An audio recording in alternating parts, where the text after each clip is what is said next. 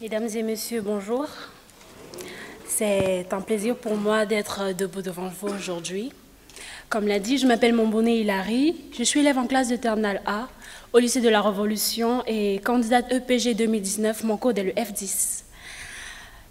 Comme je l'ai dit, je suis littéraire. Donc pour me distraire, il m'arrive souvent de lire des romans ou encore des ouvrages de philosophes. Surtout celui de mon préféré, c'est un philosophe français. Il s'agit de Jean-Paul Sartre. Alors ce matin, il a une pensée qui a un peu tiqué mon esprit. Il s'agit de celle-ci. Autrui, en effet, c'est l'autre, c'est-à-dire le moi qui n'est pas moi et que je ne suis pas. J'ai un peu essayé de réfléchir, mais qu'est-ce qu'il a voulu dire par là? Autrui, au début, c'est l'autre. Après, c'est moi. Et après, c'est moi qui n'est pas moi et que je ne suis pas.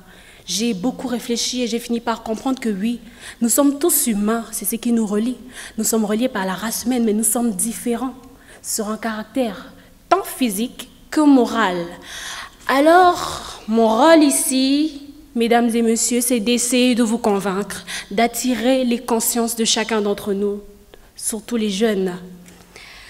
Comment vous convaincre? Tout en commençant par expliquer qu'est-ce que la stigmatisation et comment elle se manifeste.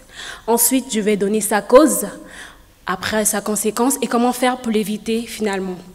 La stigmatisation, c'est un mot que beaucoup d'entre nous n'écoutent pas souvent. Pourtant, ils le font, ils le pratiquent, parfois inconsciemment.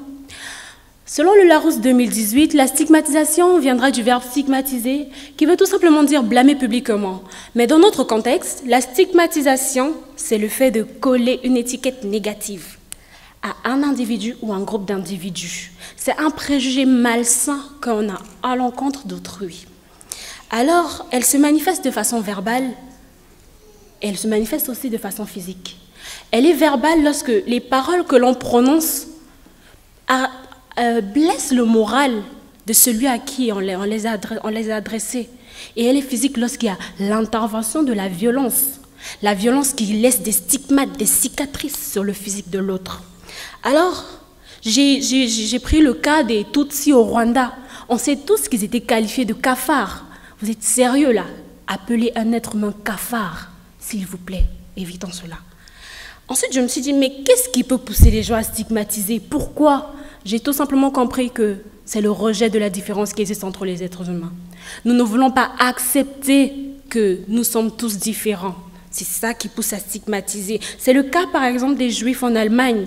Vous savez, les Juifs malformes étaient appelés à le monde dégénéré. Est-ce pour un handicap qu'on va réduire la valeur d'un homme au néant? Non, je ne suis pas sûre. Ceux qui stigmatisent ont souvent l'habitude d'englober tout le monde. Ils mettent tout le monde dans le même panier. On prend un phénomène fréquent ici au Congo. Vous n'allez pas me dire non. Entre les Congolais de Brazzaville et ceux de Kinshasa. Parce qu'un Congolais ou deux Congolais de Kinshasa ont eu à voler, on va dire, bah voilà, les Kinois sont des voleurs. Êtes-vous sûr que parmi les Kinois, il n'y a pas des gens honnêtes? Êtes-vous sûr? Êtes-vous sûr qu'il n'y a pas des gens de bonne foi? Ben voilà. Évitons de parler, comme on dit, pour parler. Non. Alors, la stigmatisation, je commence d'abord à juger l'autre. Ensuite, ça entraîne quoi? La haine. Et lorsque je hais l'autre, je n'ai même pas envie de rester avec lui. L'extermination. Et c'est comme ça que nous avons au génocide. Mais c'est quoi le génocide? Le génocide, c'est une extermination massive de personnes. Mais qu'est-ce qui différencie le génocide des guerres civiles, par exemple? C'est que le génocide est planifié par le gouvernement. Vous vous rendez compte qu'en Allemagne, Hitler était conscient lorsqu'il construisait des camps de concentration.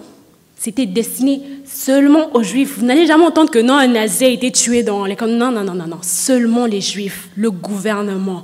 Et c'est le cas aussi au Rwanda. L'ambassadeur l'a bien souligné et j'ai vraiment été fière. Il a très bien expliqué. Alors, j'ai pu expliquer ici que la stigmatisation, c'est le fait de juger négativement. Elle est l'origine du rejet qui existe entre les êtres humains. Et l'unique conséquence et la plus dangereuse, je vous en prie, c'est le génocide. Mais quelles leçons pouvons-nous tirer? On peut tout simplement faire appel à l'impératif catégorique d'Emmanuel Kant, qui nous demande de ne pas catégoriser les gens. N'utilisons pas autrui pour nos intérêts personnels. Aimons-nous tels que nous sommes. Acceptons-nous les uns les autres. Que la paix, la justice, l'amour, la patience, la tolérance, la bonté soient maîtres de nos actes. C'était tout pour moi. Merci.